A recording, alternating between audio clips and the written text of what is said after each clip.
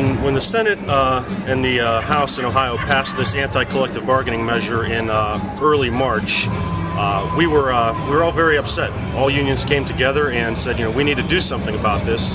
And unlike in Wisconsin, we cannot recall legislators that don't do what they say they're going to do. Our only avenue is we're allowed to basically veto a law that is passed by the legislature. It's not an easy thing to do.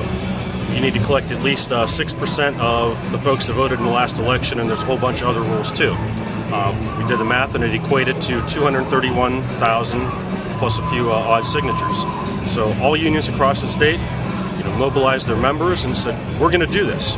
We got over 10,000 volunteers that went out across every community in Ohio and collected 1,298,301 signatures. And basically sending the message to the governor of Ohio that we're not going to put up with you attacking workers.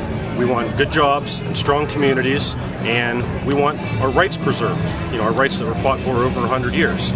So, we got the signatures, we turned them into the Secretary of State, and we're hoping that, of course, he'll verify at least 231,000 valid signatures.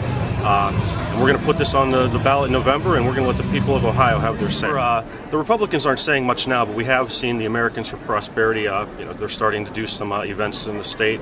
The word is on the street they're going to spend a lot of money, TV commercials and things like that. So, they're going to be fighting us, but they don't have 10,000 volunteers, and I do.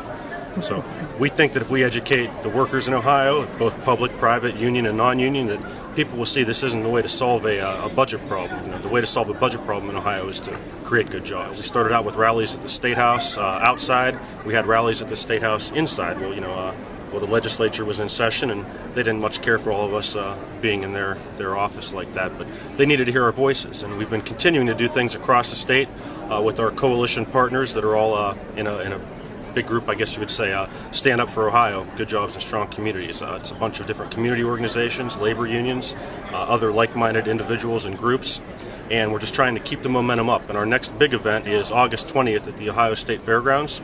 It's a Stand Up for Ohio rally. We're going to have a bunch of different entertainment, including Grand Funk Railroad, the Ohio Players, some poets, and all kinds of crazy stuff. It's going to be an all-day festival, basically for folks to come out, talk about things and have a good time. I'll say this, in my work with the union, I have never seen so many unions on the same page. First of all, every union has different avenues they travel to try and do what's best for their members, but all unions are on the same page on this. Communication workers, iron workers, steel workers, public workers, private workers.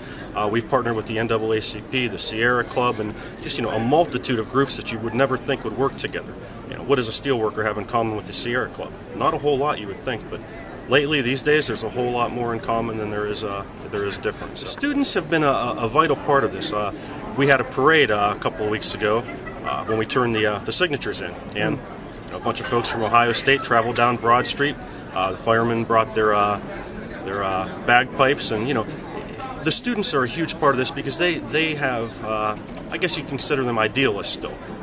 I'm no longer a student, but I can remember my college days, and I was almost as much of an idealist as I am now. So having young folks engaged and involved in this is not only good for the current fight we're having, but it's good for the labor movement in general, and it's good for hopefully just making Ohio a better place to live.